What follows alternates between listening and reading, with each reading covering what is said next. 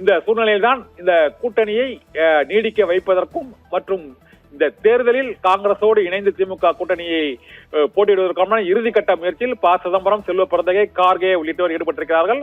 அங்கு கே.சி. வேணுகோபால், ராகுல் காந்தி உள்ளிட்டோர் திமுக கூட்டணியில் இருந்து வெளியேறும் முடிவில் இருக்கிறார்கள். சோனியா காந்தி, கார்கே, கே.சி. உள்ளிட்டோர் இப்போது திமுக கூட்டணியிலேயே தொடர வேண்டும் என்ற முடிவோடு அவர்கள் இருப்பதாகவும் கூறப்படுகிறது. இருந்த போதிலும் இருதரப்பிலும் சாதக பாதக அம்சங்களை இருதரப்பினரும் ஆலோசித்து ஒரு நடுநிலையான முடிவை எடுப்பார்கள் என்று என எதிர்பார்க்கப்படுகிறது.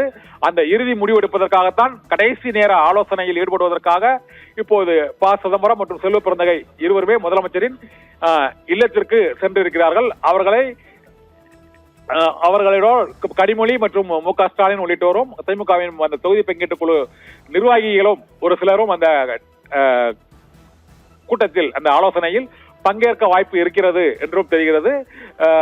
தொகுதி பங்கீட்டு குழுவில் திட்டவட்டமாக 25 இடங்கள், ஒரு ராஜ்யசபா சீட் என்று மட்டுமே அறிவித்து விட்டதால் அதற்கு மேல் பேசி முடிவெடுக்க வேண்டும் என்றால் முதலமைச்சரை தான் சந்திக்க வேண்டும் என்ற ஒரு நெருக்கடி காங்கிரசுக்கு தள்ளப்பட்டு விட்டது. அதனால்தான் 2ஆம் கட்ட தொகுதி பங்கீடு பேச்சுவார்த்தை நடத்தப்படாமல் நேரடியாக முதலமைச்சரையே மேலிட பிரதிநிதிகள் குழுவாக ப. சிதம்பரத்தை இங்கு தமிழகத்தில் நியமித்து அவர் பேச்சுவார்த்தை நடத்துமாறு தெரிவித்திருக்கிறார்கள்.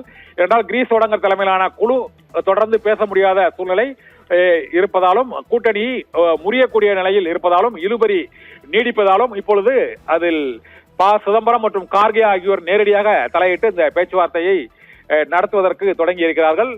ப. சிதம்பரத்துடன் செல்வ பிறந்தகையும் இப்போது ஒரே காரில் தான் அவர்கள் முதலமைச்சரின் இல்லத்திற்கு சென்று கொண்டிருக்கிறார்கள். இன்னும் சில நிமிடங்களில் காங்கிரஸ் கட்சியின் சார்பாக அவருடைய கோரிக்கைகள், இறுதிக்கட்ட கோரிக்கைகள் என்ன, ராகுல் காந்தியின் விருப்பம் என்ன என்பது குறித்து முதலமைச்சரிடம் எடுத்து உரைக்க இருக்கிறார்கள். முதலமைச்சர் கூடுதலாக எவ்வளவு தொகுதிகள் ஒதுக்கீடு செய்ய முடியும் அல்லது முடியாது என்கின்ற பதிலை அதிகாரப்பூர்வமாக முதலமைச்சரிடம் பெறுவதற்காக இந்த கடைசி நேர சந்திப்பு நடைபெறுகிறது. இப்போது அந்த செனட் ஆஃப் நகரில் உள்ள முதலமைச்சரும் திமுக தலைவருமான மு.க. ஸ்டாலினின் இல்லத்திற்கு ப. சிதம்பரத்தின் வாகனம் செல்லக்கூடிய அந்த காட்சியை தான் இப்போது பார்த்து கொண்டிருக்கிறோம். திமுக காங்கிரஸ் கூட்டணியில் ஏற்பட்டுள்ள இந்த இழுபறி, நெருக்கடி, சர்ச்சைகளுக்கு இன்றோடு முற்றுப்புள்ளி வைக்கப்படுமா அல்லது கூட்டணியில் இருந்து காங்கிரஸ் கட்சி விலகுமா என்பது குறித்து இன்று அந்த இறுதி முடிவு எட்டப்படும். அதனால் திமுக காங்கிரஸ் கூட்டணியில் மிக முக்கியமான ஒரு ஆலோசனை சந்திப்பு முடிவு இன்று மாலைக்குள் அறிவிக்கப்படும் என எதிர்பார்க்கப்படுகிறது. 2016ஆம் ஆண்டு 41 இடங்கள் கொடுக்கப்பட்டது, 8 இடங்கள் மட்டுமே காங்கிரஸ் வெற்றி பெற்றது. இதே போல 2011ஆம் ஆண்டு 63 இடங்கள் காங்கிரஸ் கட்சிக்கு வழங்கப்பட்டது, ஆனால் வெற்றி பெற்றது 5. இதனால் இழந்தது திமுக 2011இல் எதிர்கட்சி தலைவர் பதவி, 2016இல் ஆட்சிக்கு வரும் வாய்ப்பை இழந்தது.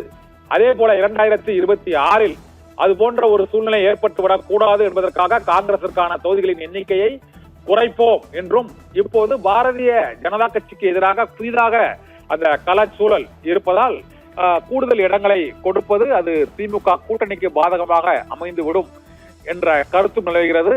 மற்றொரு மிக முக்கியமான கருத்து, காங்கிரஸ் கட்சியில் அங்கு தேர்தல் பரப்புரை மற்றும் பிரச்சார செயல்பாடுகளில் ஈடுபடுவதற்கான தொண்டர்கள் பெரிய அளவில் இல்லை. மேலும் தொகுதியில் பிரச்சாரம் செய்வது மட்டுமல்ல, மற்ற பிரச்சார செலவுகளை செய்வதற்கும் அங்கு பெரிய அளவில் பல்வேறு தொகுதிகளுக்கு ஆள் இல்லை.